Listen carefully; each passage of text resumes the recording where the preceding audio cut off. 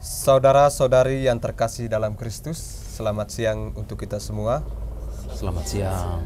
Pada hari ini kita berkumpul bersama-sama untuk mendalami firman Tuhan sesuai dengan tema bulan Kitab Suci Nasional tahun 2023. Adapun tema besar BKSN tahun 2023 adalah Allah Sumber Kasih dan Keselamatan. Pasca pandemi COVID-19, ketika aktivitas dan perjumpaan fisik telah kembali normal, banyak orang tetap mempertahankan kebiasaan hidup selama pandemi, terutama dalam hal memanfaatkan media komunikasi. Kita mengalami apa yang menjadi kekhawatiran Paus Fransiskus dalam Laudato Si, bagaimana dunia digital kadang-kadang justru menghalangi kita untuk kontak langsung dengan kesusahan, kecemasan, dan sukacita orang lain, dan kompleksitas pengalaman pribadinya. Maka pada pertemuan kita kali ini, dalam pertemuan yang pertama, kita semua diajak untuk melihat ke dalam diri kita pribadi dengan mendalami subtema Kasih Allah Menggerakkan Evangelisasi Diri. Berhadapan dengan segala perubahan dan keterpurukan pasca pandemi, kita semua ditantang untuk masuk dalam pengalaman dan mengakui Allah yang penuh kasih dan pengampunan. Pengalaman perjumpaan dengan Allah inilah yang menggerakkan kita untuk mengevangelisasi diri kita sendiri, sehingga pada gilirannya kita siap untuk terlibat dalam rencana penyelamatan Allah. Mengawali kegiatan kita pada hari ini, mari kita buka dengan lagu pembukaan.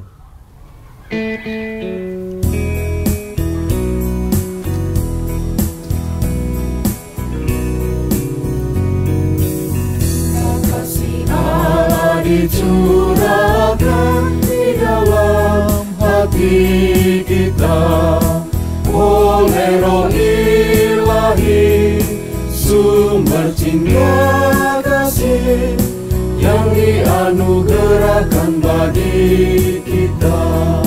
Puji Tuhan hai segala bangsa, puji Tuhan karena cintanya yang mengutus Roh-Nya bagi kita, agar kita satu dalam Bapa.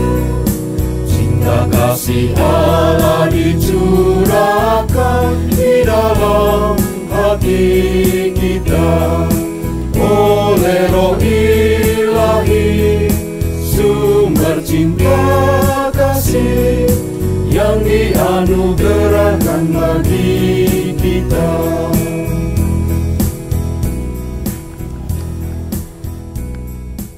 Dalam nama Bapa dan Putra dan Roh Kudus. Amin. Tuhan bersamamu. Dan bersama rohmu. Saudara-saudari yang terkasih dalam Kristus, pada pertemuan yang pertama ini kita akan membaca, mendalami, dan merenungkan teks Kitab Yunus, bab 1, ayat 1-17. Perikop ini akan menggambarkan pergulatan dan pemberontakan Yunus ketika Tuhan mengutusnya pergi ke Niniwea, ibu kota Asyur, untuk mempertobatkan penduduknya. Alih-alih pergi ke Niniwea, Yunus berusaha lari dari Tuhan ke arah sebaliknya, yaitu ke kota Tarsis. Akan tetapi, Tuhan Sang Empunya Langit tetap mencari Yunus untuk dijadikan alat kasih-Nya. Melalui pengalaman menjauh dari Allah, Yunus ditantang untuk taat pada rencana kasih Allah. Pada akhirnya, kasih Allah inilah yang mendorong Yunus untuk mengakui Tuhan di tengah-tengah bangsa asing sebagai bentuk dari penginjilan terhadap dirinya sendiri. Marilah berdoa. Allah sumber rahmat dan kekuatan kami sungguh menyadari bahwa terkadang rencanamu bukanlah rencana kami. Jalanmu berseberangan dengan jalan kami. Ajarilah kami untuk dengan rendah hati membuka telinga, hati dan pikiran kami, serta menundukkan diri kami pada kehendak dan rencana-Mu dalam hidup kami. Demi Kristus Tuhan dan pengantara kami. Amin. Saudara-saudari yang terkasih dalam Kristus, marilah pada saat ini kita membuka hati kita untuk mendengarkan sabda Tuhan. Bacaan dari kitab Yunus. Datanglah firman Tuhan kepada Yunus bin Amitai demikian. Bangunlah, pergilah ke Niniwe, kota yang besar itu, berserulah terhadap mereka, karena kejahatannya telah sampai kepadaku. Tetapi Yunus bersiap untuk melarikan diri ke Tarsis, jauh dari hadapan Tuhan. Ia pergi ke Yafo dan mendapatkan di sana sebuah kapal yang akan berangkat ke Tarsis. Ia membayar biaya perjalanannya, lalu naik kapal itu untuk berlayar bersama-sama dengan mereka ke Tarsis, jauh dari hadapan Tuhan. Tetapi Tuhan menurunkan angin ribut ke laut. Lalu terjadilah badai besar, sehingga kapal itu hampir-hampir terpukul hancur.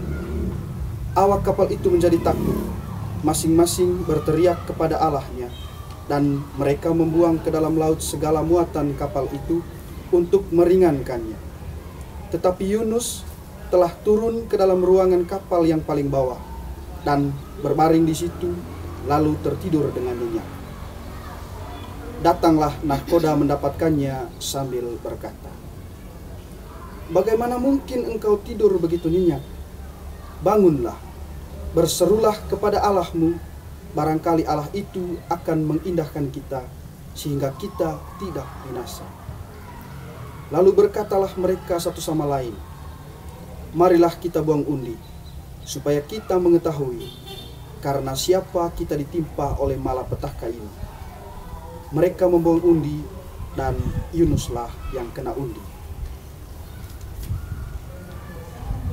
Berkatalah mereka kepadanya, "Beritahukan kepada kami, karena siapa kita ditimpa oleh malapetaka ini? Apa pekerjaanmu, dan dari mana engkau datang? Apa negerimu, dan dari bangsa manakah engkau?" Sahutnya kepada mereka, "Aku seorang Ibrani. Aku takut akan Tuhan, Allah yang empunya langit, yang telah menjadikan lautan dan daratan." Orang-orang itu menjadi sangat takut, lalu berkata kepadanya, "Apa yang telah engkau perbuat?" Sebab orang-orang itu mengetahui bahwa ia melarikan diri jauh dari hadapan Tuhan. Hal itu telah beritahukannya kepada mereka. Bertanyalah mereka, "Akan kami apakan engkau, supaya laut menjadi reda dan tidak menyerang kami lagi, sebab laut semakin bergelora?" Sahutnya kepada mereka, "Angkatlah aku, campakkanlah aku ke dalam laut, maka laut akan menjadi reda dan tidak menyerang kamu lagi. Sebab aku tahu bahwa karena akulah badai besar ini menyerang kamu." Lalu berdayunglah orang-orang itu dengan sekuat tenaga untuk membawa kapal itu kembali ke darat. Tetapi mereka tidak sanggup, sebab laut semakin bergelora menyerang mereka. Lalu berserulah mereka kepada Tuhan, katanya, "Ya Tuhan, janganlah kiranya Engkau biarkan kami binasa karena nyawa orang ini. Dan janganlah Engkau tanggungkan kepada kami darah orang yang tidak bersalah. Sebab Engkau Tuhan telah berbuat seperti yang Kau kehendaki." Kemudian mereka mengangkat Yunus, lalu mencampakkannya ke dalam laut, dan laut berhenti mengamuk. Orang-orang itu menjadi sangat takut kepada Tuhan, lalu mempersembahkan korban sembelihan bagi Tuhan, serta mengikrarkan nazar. Maka atas penentuan Tuhan, datanglah seekor ikan besar yang menelan Yunus, dan Yunus tinggal di dalam perut ikan itu 3 hari 3 malam lamanya. Demikianlah sabda Tuhan. Syukur kepada Allah.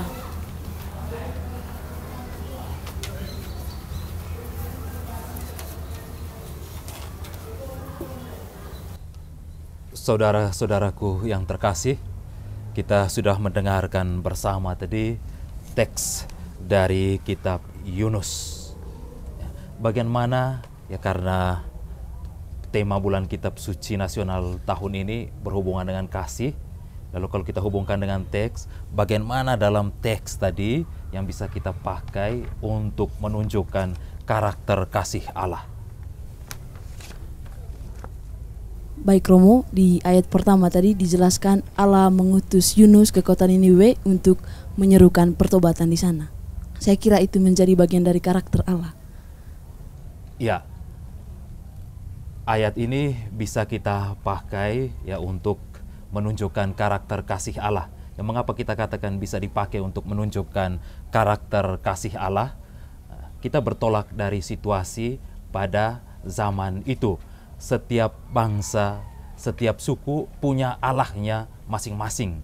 Dan menurut mereka Allahnya itu hanya memperhatikan mereka, tidak memperhatikan yang lain.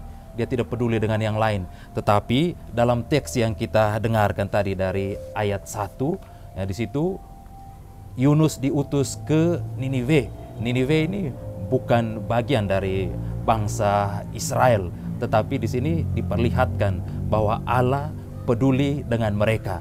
Dan pada masa itu rumus umum ya, kalau jahat ya pasti dihukum. Tetapi dalam ayat yang kita dengarkan tadi itu ya, Allah mengutus Yunus untuk memperingati Niniwe ya, bukan untuk menghukum.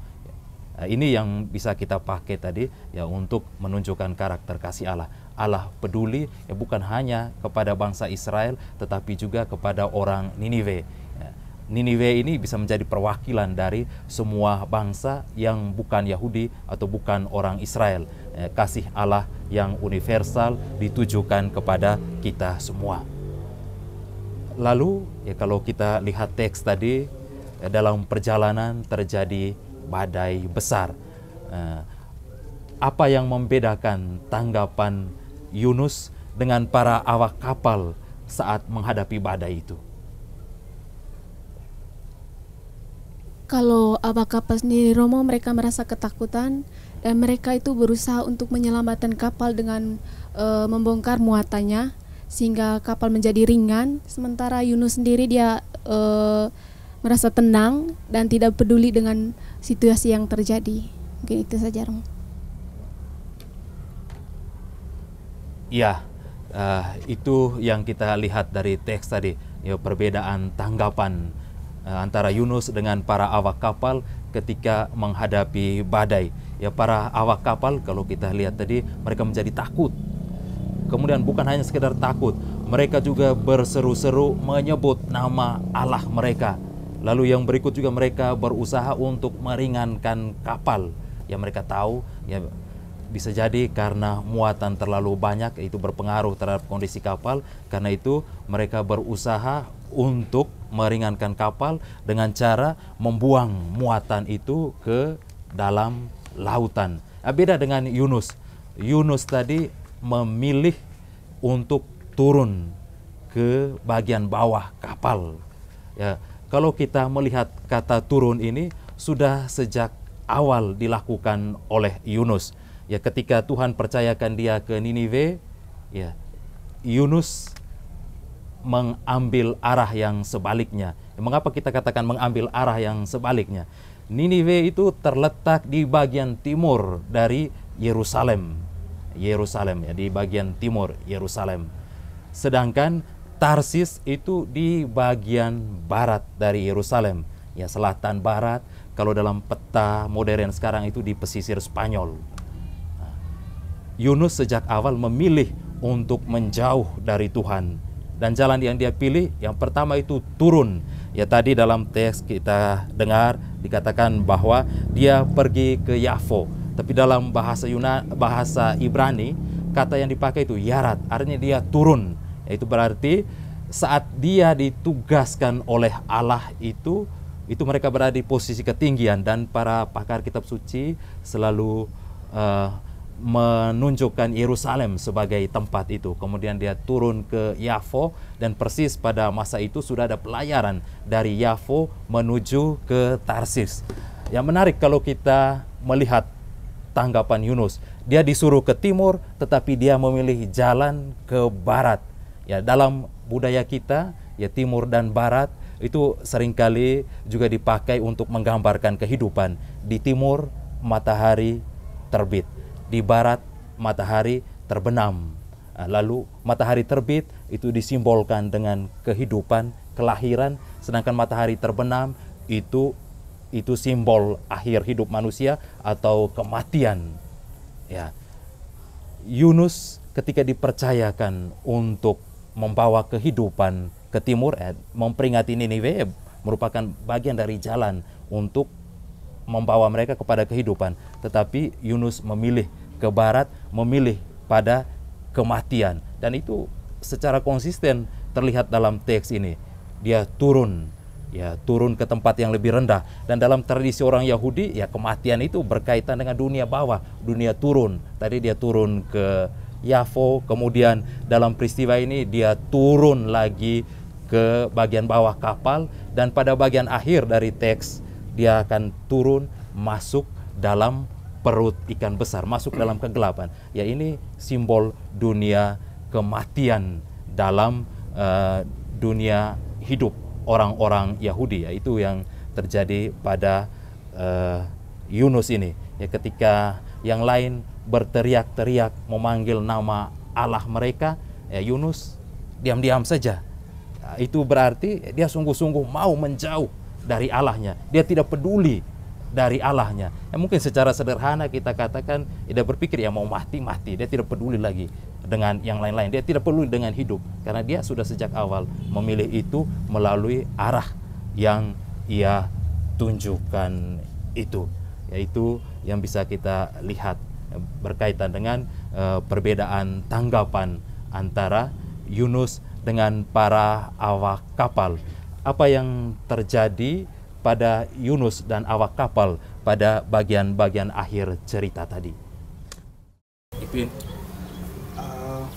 Baik Romo,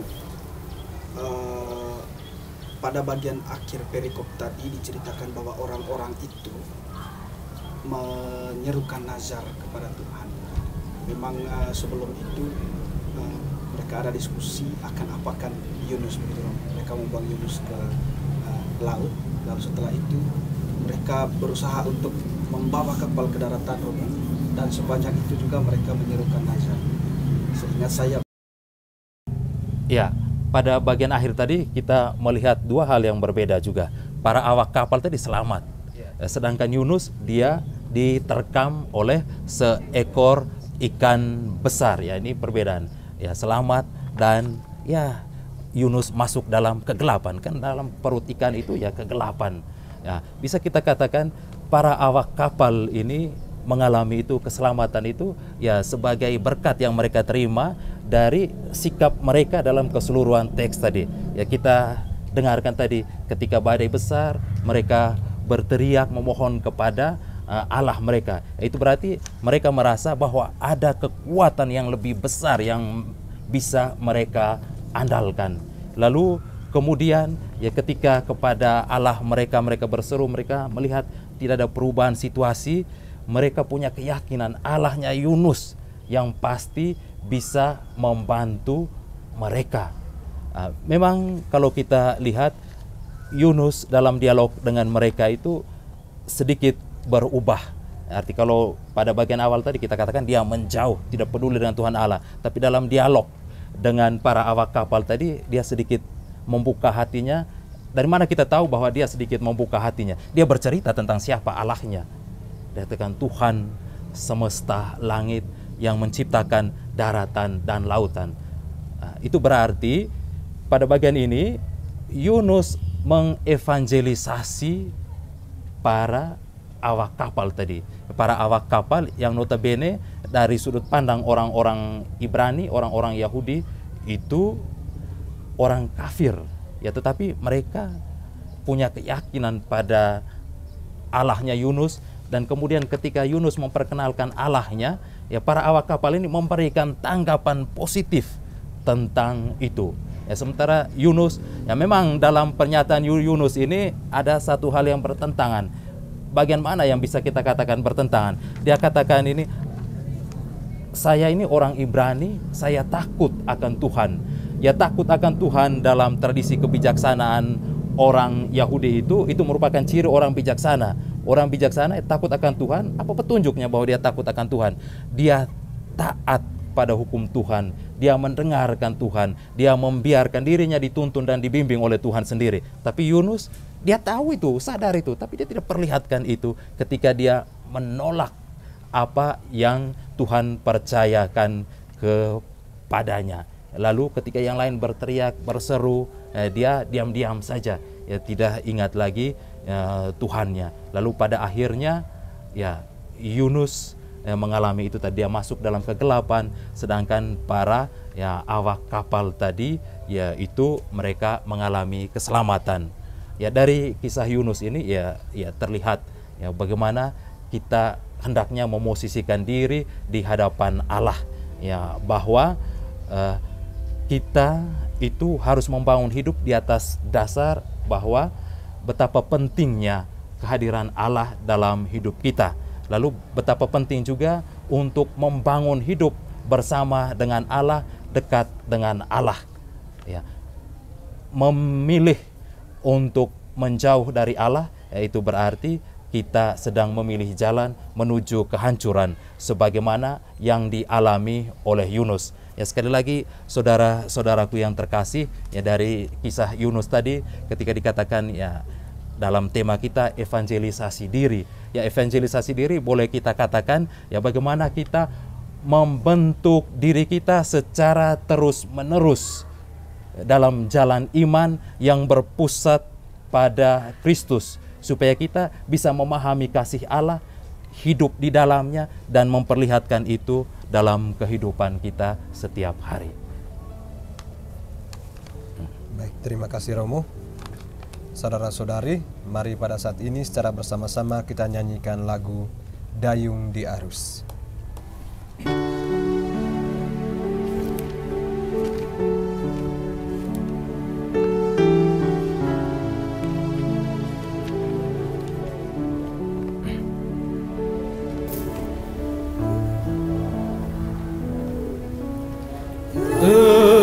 Tenang-tenang mendayung di dalam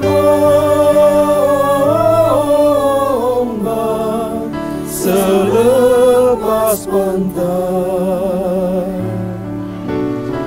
Tenang-tenang merenung di tengah taufan hidup yang ramai, di tengah taufan hidup yang ramai. Bila terbawa arus di dalam doa, laut terenang, sabda penguat doa, resapkanlah di dasar hatimu, sedalam laut medan hidupmu.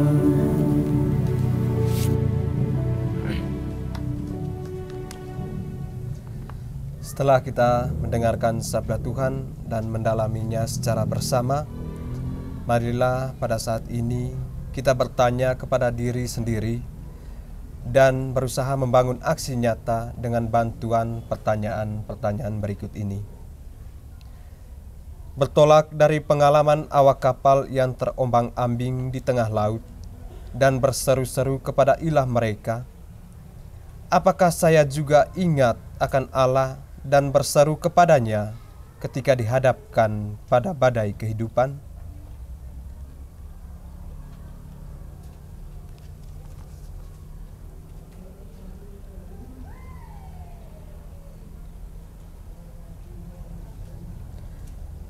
Setelah Yunus yang dianggap menjadi penyebab badai dibuang ke laut, badai menjadi reda.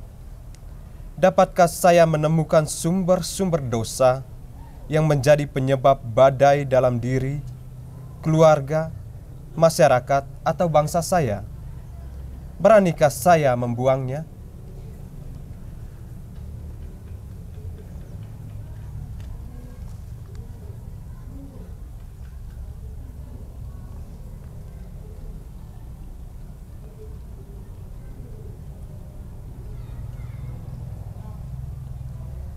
Apakah saya lebih suka mencari kenyamanan dengan memilih diam dan bersembunyi daripada terlibat dan berjuang untuk mengatasi badai di tengah keluarga, lingkungan, dan masyarakat?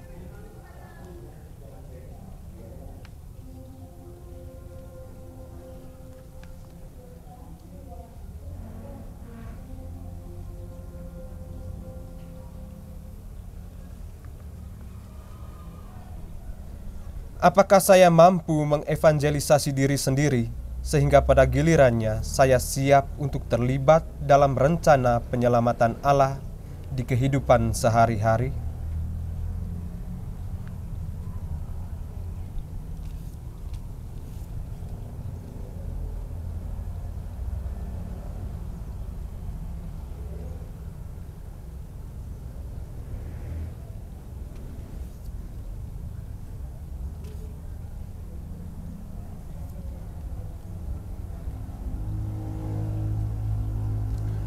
Saudara-saudariku yang terkasih dalam Kristus, kiranya kita dapat membangun aksi nyata di tengah kehidupan ini.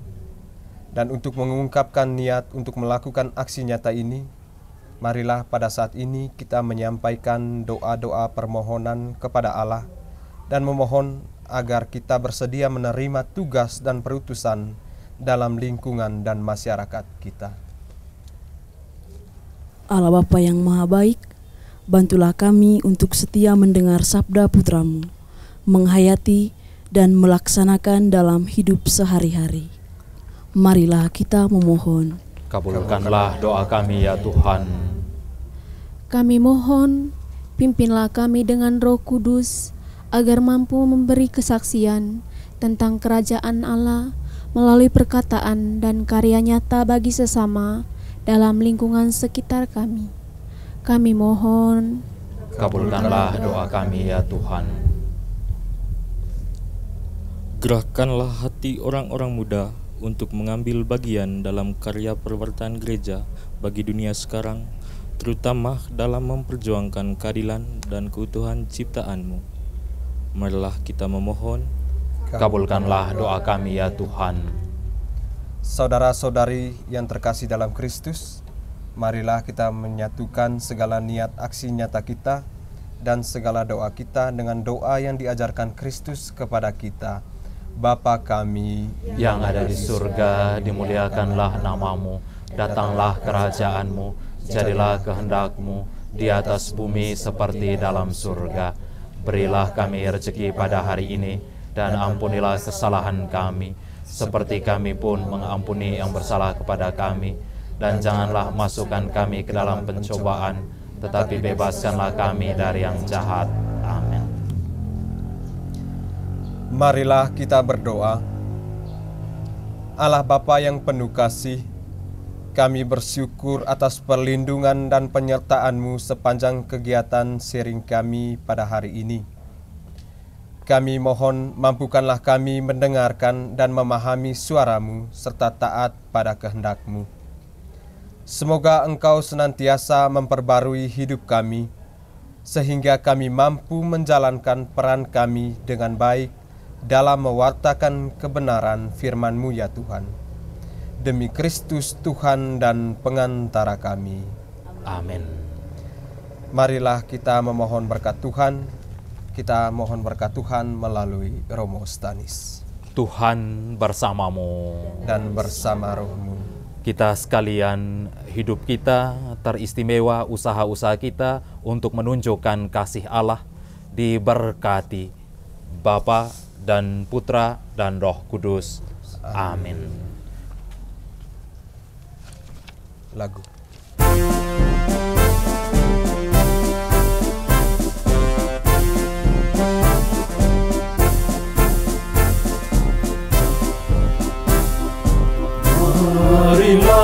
kita membangun dunia di dalam Kristus. Mari kita bersatu, ya bersatu, membangun dunia baru, dunia baru.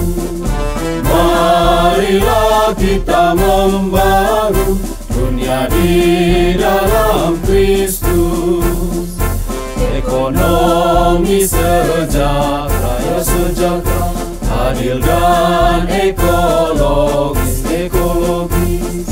Marilah kita membangun dunia di dalam Kristus.